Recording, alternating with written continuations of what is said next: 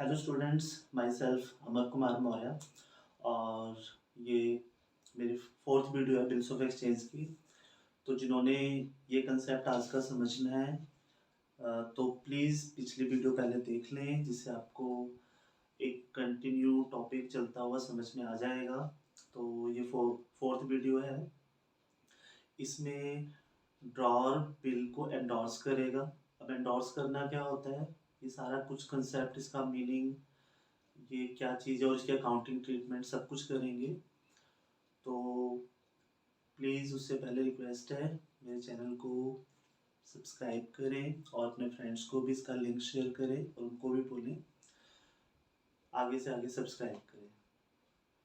तो हम स्टार्ट करते हैं कि बिल एंडोर्स बाय ड्रॉर क्या होता है।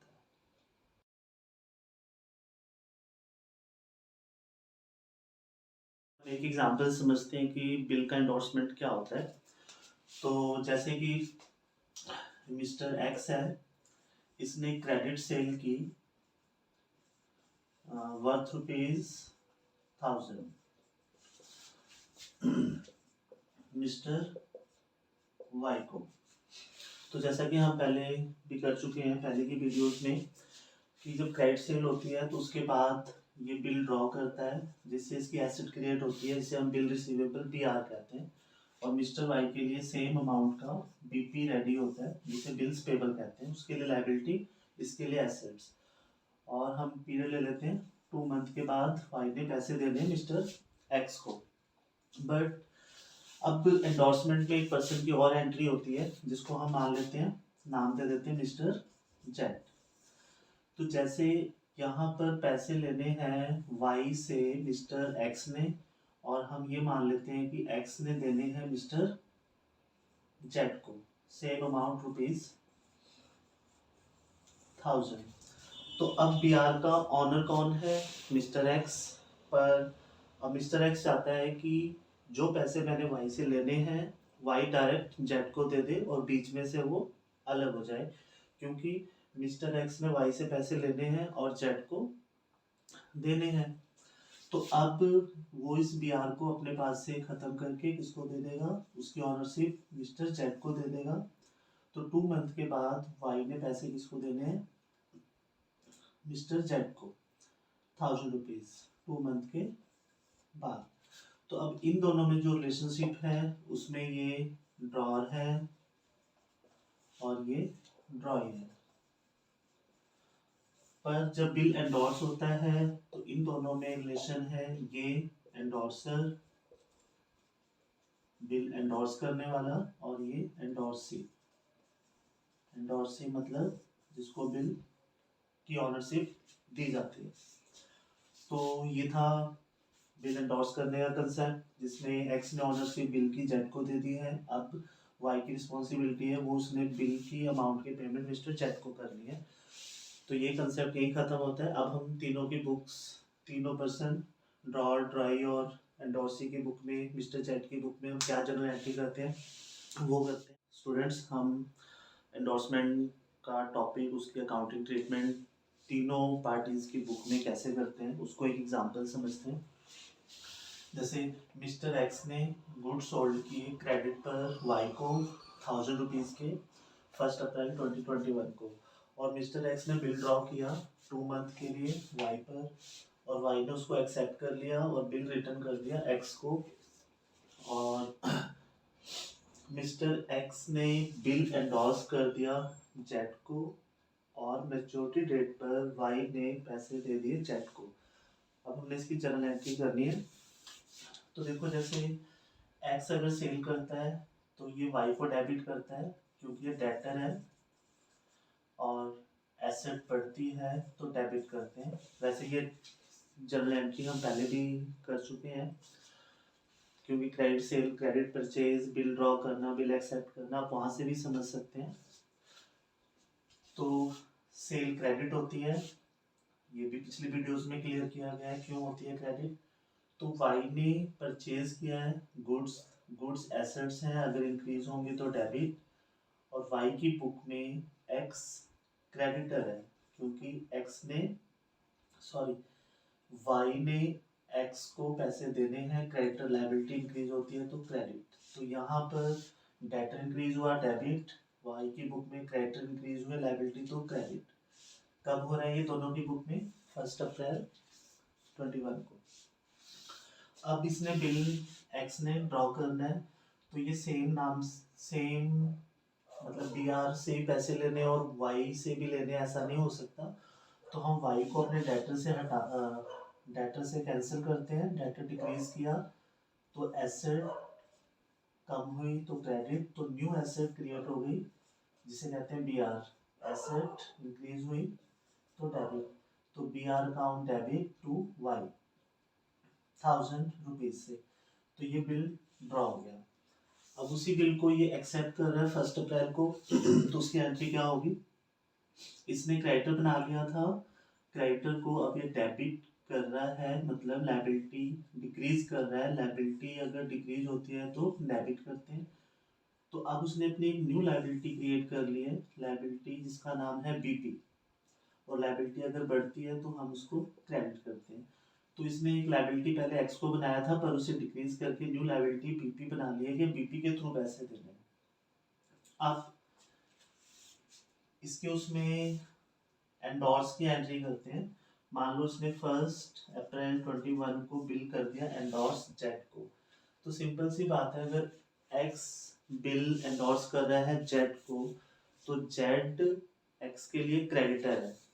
और अगर हम बिल दे देंगे तो हमारा क्रेडिटर कम होना चाहिए, तो क्रेडिटर को कम करने के लिए हम करते हैं डेबिट।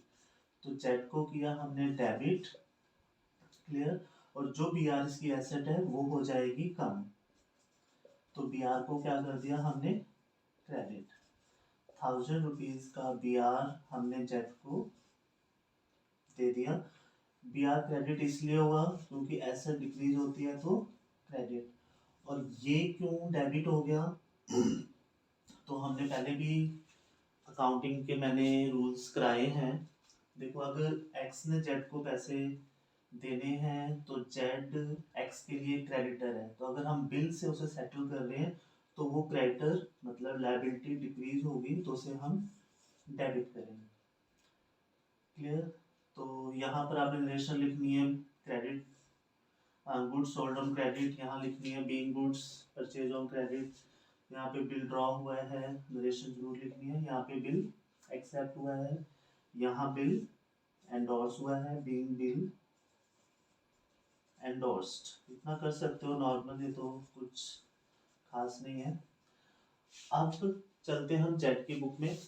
तो जेड को अगर बी आर मिलता है तो एसेट इंक्रीज हो रही है, डेबिट बी आर, मतलब जेड के लिए बी आर एसेट हो गई, तो क्योंकि अब ऑनर जेड हो गया तो उसकी एसेट इंक्रीज हो रही है तो डेबिट करेंगे। और एक्स को इसलिए क्रेडिट किया है क्योंकि जेड के लिए एक्स डेटर था क्योंकि पैसे लेने थे। अब अगर बी आर ले लिया है तो डेटर को भी कम किया जाएगा, मतलब एसेट डिक्रीज होगी तो क्रेडिट। तो इसके पास बी आर आ गया और इसने एक्स को अपने डेटर से हटा दिया कि डेटर नहीं है क्योंकि बी आर मिल गया है जेड को। अब आती है मैच्योरिटी डेट। मैच्योरिटी डेट पर वाई ने पेमेंट करनी है तो वो कैसे करेगा? जो बीपी उसकी लायबिलिटी है उस लायबिलिटी को डेबिट करके खत्म करेगा। लायबिलिटी को अगर कम करना है तो डेबिट कर दो। और अगर उसने पेमेंट चेक से करी है तो बैंक भी एसेट होती है। एसेट अगर हम चेक से पेमेंट करेंगे तो बैंक कम होगा, एसेट कम होती है तो क्रेडिट। अगर कैश से करिए तो आप यहाँ कैश लिख सकते हैं। अब चलते हैं जेड की बुक में। मेच्योरिटी पर पैसे अब एक्स को नहीं मिलेंगे, जेड को मिलेंगे क्योंकि बिल एंडोर्स कर दिया गया है। तो जेड के पास जो बी आर एसेट थी अब वो एसेट क्या हो जाएगी? डिक्रीज। एसेट डिक्रीज तो क्रेडिट, और उसके बैंक में पैसे आ जाएंगे तो एसेट इंक्रीज तो डेबिट।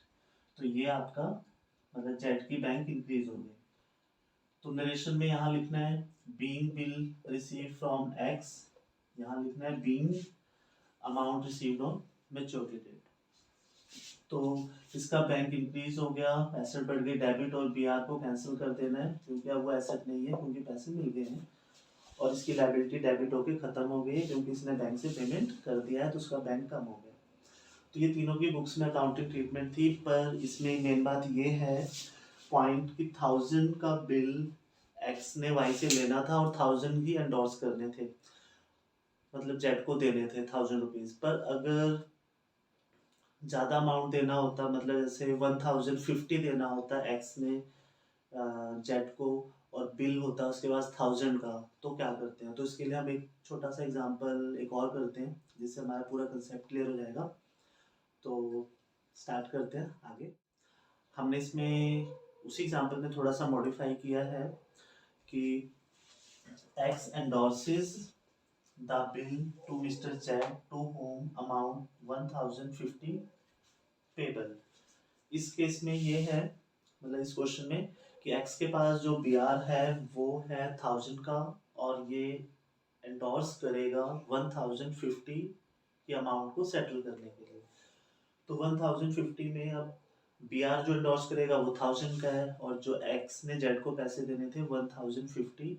तो अब इसके लिए हमने क्या करना है, और फुल सेटलमेंट का मतलब 50 रुपीज जेड फ्यूचर में नहीं मांगेगा, क्योंकि वो बिल 1000 रुपीज का लेकर वो 1000 रुपीज रिसीव कर लेगा, तो उसी में फुली सेटल्ड हो जाएगा। तो इसके लिए वो 50 रुपीज एक्सपेंस होंगे, एक्सपेंस डेबिट होते हैं, और जब ये एंडोर्स करेगा इसके लिए इनकम है, और इनकम क्रेडिट होती है। तो देखो फिर क्या होगा।